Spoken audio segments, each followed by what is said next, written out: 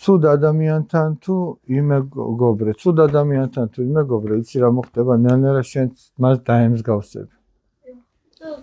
გახსოვთ მოთხრობა როა, უსუნო ყვავილი. ხო გახსოვთ?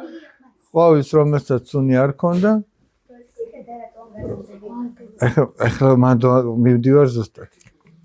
ყვავილს რომელსაც სუნი არ ქონდა, კეთილსურნელოვან ყვავილებში რო ჩადეს, ცოტა ხანში მასაც კარგი სუნი მიეცა.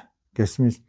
მეორე არის კიდე იაკობ გოგებაშვილი რო ამბობს, ვანოსო ცუდი ხასიათის ბავშვებთან ქონდა ურთიერთობაო და დედამ უთხრა რომ არ იმეგობრობდა, რატო ვერ იგებდა?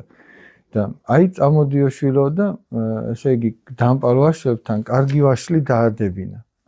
და მე ერთი კვირის მერე რომ მივიდნენ ნახეს ეს კარგი ვაშლის თურმე დამპალი იყო.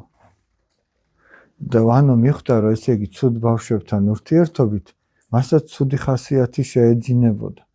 და კარგ ბავშვებთან ურთიერთობით პირიქით კარგი. აი სოლომონ ბრძენი ესეთ რამეს ამბობს. ბრძენთან მოსიარულე თავადაც დაბრძენდებაო. შენ თუ კეთილ ბავშვებთან გაქვს მეგობრობა, შენც კეთილი იქნები. ეგრე არ არის ნათქვამი, მიჩვენე ვინ არის შენი მეგობარი და გეტყვი ვინ ხარ შენ. როგორი მეგობარიც ყავს, ნელ-ნელა შენც ისეთი ხდები. ესე იგი, თუ ისეთ ადამიანთან მეგობრობ, რომ ადვილად პატიობს ხვებს, ნელ-ნელა შენც ისწავლი ამას. თუ შურიანებთან, შენც ნელ-ნელა შური, თუ ჭორიკანებთან, შენც ნელ-ნელა ესეთი გახდები. თუ ზრდილობიანებთან და ესე იგი, სუფთა გულის ადამიანებთან, ნელ-ნელა შენც მას ემსგავსები და ეგ თქვენ აიცით, ეხლა ვისთან ჯობია მეგობრობა. თქვენი არჩევანია. ხო და აიცით, გააკეთეთ არჩევანი. ადამიანი, რასაც აირჩევს, ის ექნება.